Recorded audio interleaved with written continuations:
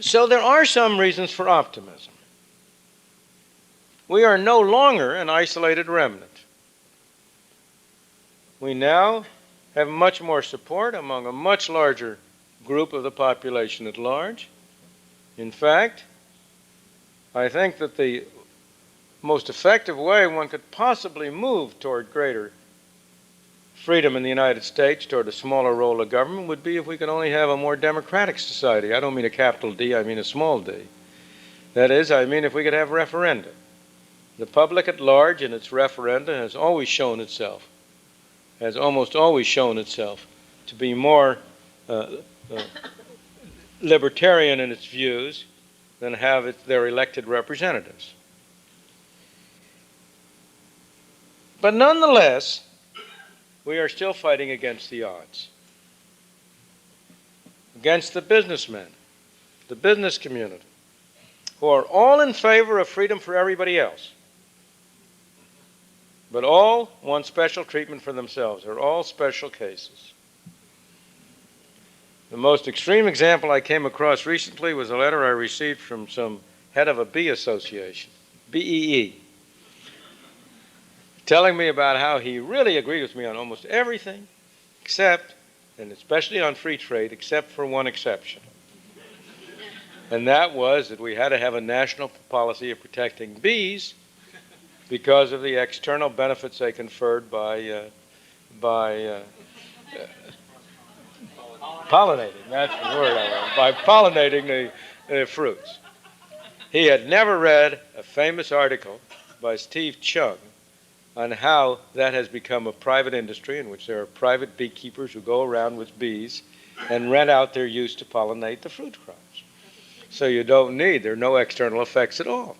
At any rate, he's a very obvious example, but in general, I have always said that the two major enemies of a free society are the business community on the one hand and the intellectuals on the other.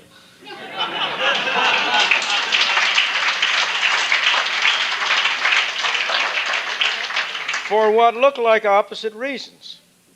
Every businessman is in favor of freedom for everyone else, but wants special privileges for himself.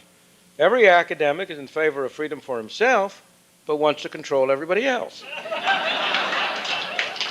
Now, I exaggerate when I say every academic, and I don't really mean that.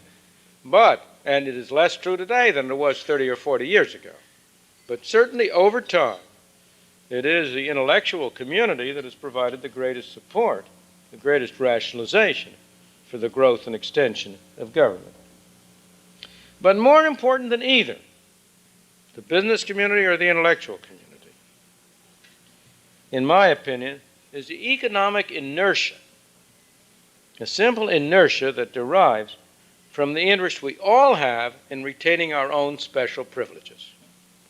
We all, every one of us, knows that what's good for us is good for the country. That's the easiest thing in the world to persuade yourself of. And nobody is a hypocrite when he does it. He really believes it. That gentleman who wrote me about bees, I'm sure he was sincere. He believed what he was saying. He wasn't just deliberately falsified.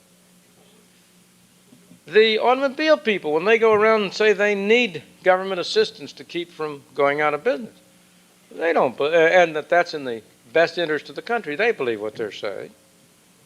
But nonetheless, I think that the greatest danger comes from those of us, all of us, who seek to protect whatever benefits we've managed to get.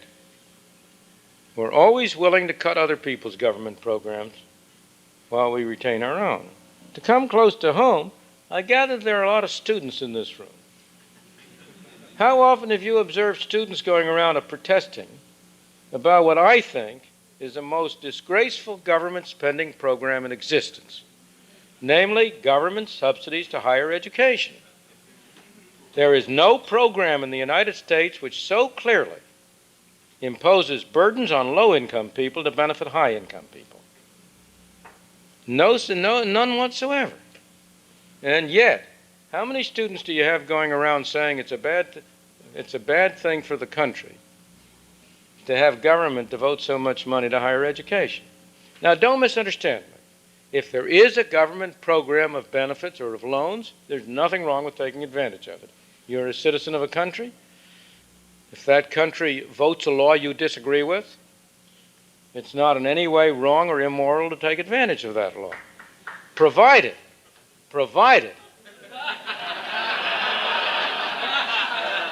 it doesn't keep you from trying to get the law repealed.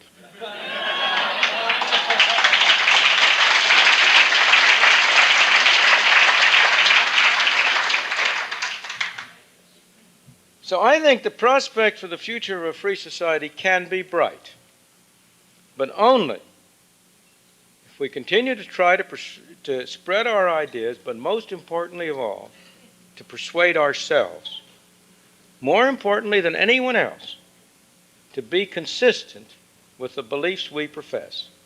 When you are tempted, every time you are tempted to blame somebody else for the growth of government or the decline in the freedom, first look in the mirror and see where the real fault lies. Thank you.